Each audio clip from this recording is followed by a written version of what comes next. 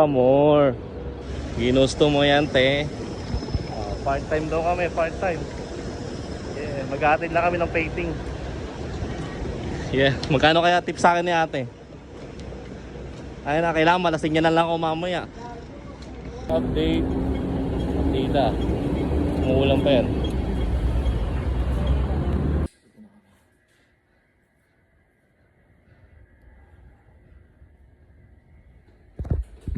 Dito namin dineliver. Yan si ate nagbabaklas na ng mga gamit ng pinto, ng pinta. Kaya dineliver namin. Yan. Grabe, nakamoneta yung parcel. Hindi uso ang Shopee dito. Tao ang nagde-deliver talaga.